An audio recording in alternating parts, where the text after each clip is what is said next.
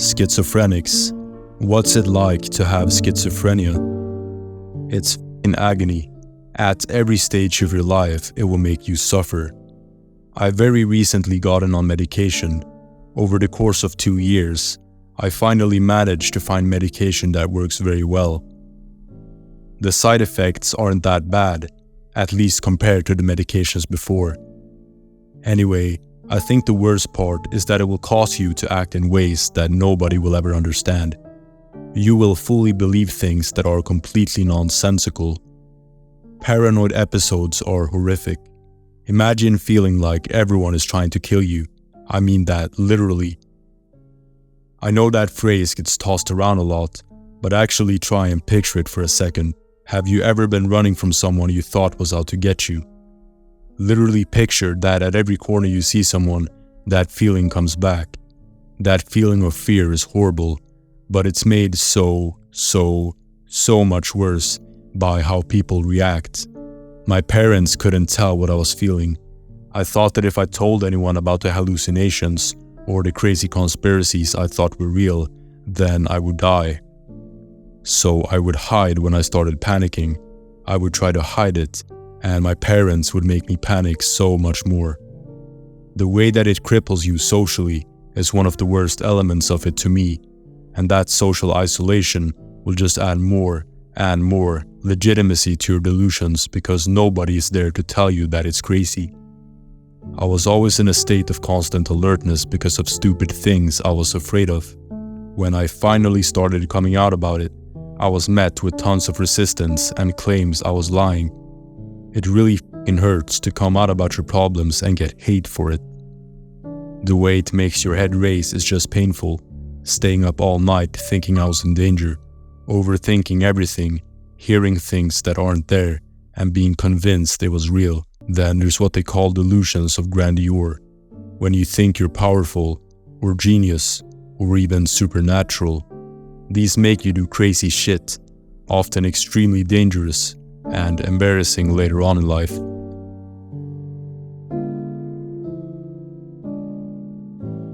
Imagine a high school cafeteria at its busiest hour.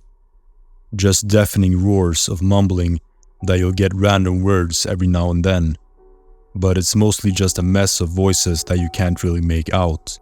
Now, this crowd can get emotional, like really confused, or sad, like moaning and crying at a funeral. Or most commonly, angry, like a murderous mob about to kill. There's more emotions, but hopefully you understand. The mumbling is always constant, never ceasing, never ever fully gone, like a psychotic tinnitus. No medication has ever helped me, but the meds help with the other voices. When I confront any kind of task, I'll have those voices slide their way in. These are different and can speak in full sentences, and over the mumbling. They're the ones who tell me that I can't buy that soda from the grocery store because someone poisoned it. Sounds silly, but sometimes I just can't bring myself to get that soda, or they say really degrading things and whip traumas into my face. When they quote-unquote lose an argument I'm having with them, sometimes they get so loud I can't hear real-life people. I bought a Snickers bar, and the top of it was shiny due to the lighting in my room. I, at that moment, realized that the Snickers bar was a voodoo doll that had direct connections to President Barack Obama, who was known for having a shiny bald head with beautiful black skin.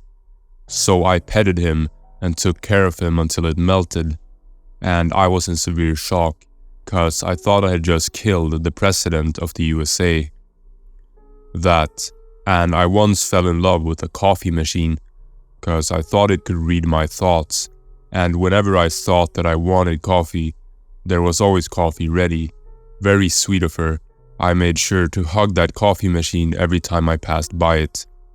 I didn't name her, because I thought that would imply that I owned her, and a beautiful lady like her deserved to own herself. I once also gained weight from taking antipsychotics, so I misinterpreted that and thought I was pregnant. I'm a dude. I swear to God, I had never felt so happy in my life. Then the staff at the psych ward could tell what was happening. They gave me some medicine, and I started realizing the baby was just part of my delusion.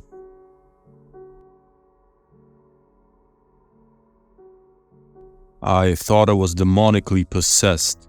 I thought China had bombed Russia and that I was framed for this, and the police were told to shoot me on sight. I thought I had a twin flame 3 weeks in the future, and I was doomed to 1 million years in hell because I'd broken the space-time continuum to be with him. I thought I'd swallow the souls of everyone I loved, and I could hear them screaming in my stomach. They were running out of air, and they would die unless I threw them up. The voices said I couldn't put my fingers down my throat, and I had to throw them up naturally. So I binged a heap of junk food, and still couldn't throw up. They kept screaming. I really thought everyone I loved was going to die. So I went into KFC and drank the toilet water. It made me throw up. As I was drinking the toilet water and throwing up, my loved ones in my stomach started to sing. It's an extremely traumatic memory.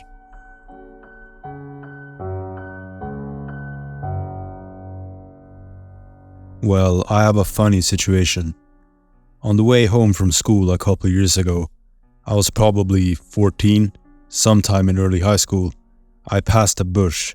It's a bush I pass every day, and it's not even a very interesting bush. It is, well, for some reason on this particular day, I was convinced that this bush was going to kill me. I had no idea why, but there was something dangerous about the bush, and it would attack or something if I turned my back.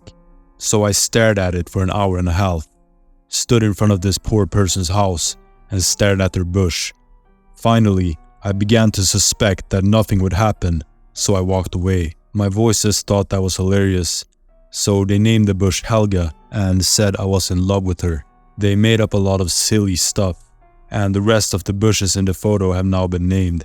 They're sisters, apparently.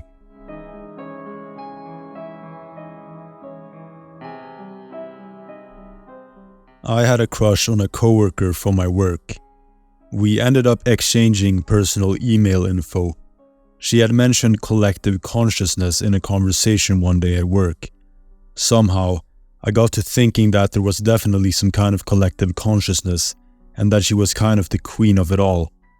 Also, that I was supposed to dump as much data from my consciousness to her as possible. So I ended up sending her 107 emails over the period of 1 week, the majority of them during a 12-hour period, which was spent almost entirely sending her emails. Side note, I can type 120 words per minute, so it was a lot of words. I thought we were going to fall in love, and then also be able to have unfettered access to the specialized imaging technology at work. I work in a hospital that has a lot of cutting-edge research stuff, so think about things like CT and MRI machines, but even more advanced, and be able to run our own experiments. She only sent me 1 or 2 emails in response. Then, I didn't see her for a week/few days at work, and I started to really get worried that I sent her too much information. The next time I saw her at work, I asked, "Did I send you too much stuff?" Her answer was no, but I didn't really understand some of the Manic stuff. It was at that point, when she called me out as Manic, that I realized I was Manic at the time. At some point not too long after the emails, her position at work was relocated to a different building. This was 3 years ago, but I frequently wonder if my emails had anything to do with that. Like maybe she was freaked out and she wanted to not have been near me at work anymore. I'm also worried that she may have told other people, or even done something malicious like print some of the emails and post them somewhere at work for other people to see. I really wish I hadn't done it. I still worry about it pretty frequently. I thought that a spiritual yoga group had me under surveillance because they discovered that I had secret powers to hypnotize people, were convinced that I was going to use these powers for evil purposes. They sent me messages and lured me, hypnotized me in my sleep, implanted electronic devices in my head so I could be monitored when I left, followed me home, got officials to interrogate me repeatedly in my head about my sins, in an attempt to get me to take my own life, arranged for a whole host of people to follow me and torture me with electromagnetic waves, and talk to me in my head through these electronic devices, trying to get me to take my own life, and then telling me that they would kill me. Oh my, I could go on. It was very elaborate, and as you can guess, it went all the way to the top, lol, always with the government. Oh, and the Illuminati were involved too. At one point I googled, devices to stop electromagnetic waves, and voila, a tinfoil hat. I would hallucinate seeing people's faces. I would look at someone and their face would change into one of the main perpetrators, and I would always think, face changer, shapeshifter. Phew, it felt good to get some of that off my chest.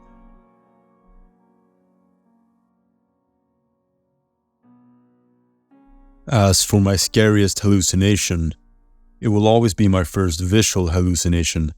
I was in school, like 10th grade, and I'd heard voices for a bit now, to the point that I was almost getting used to the fact that I hear things others don't.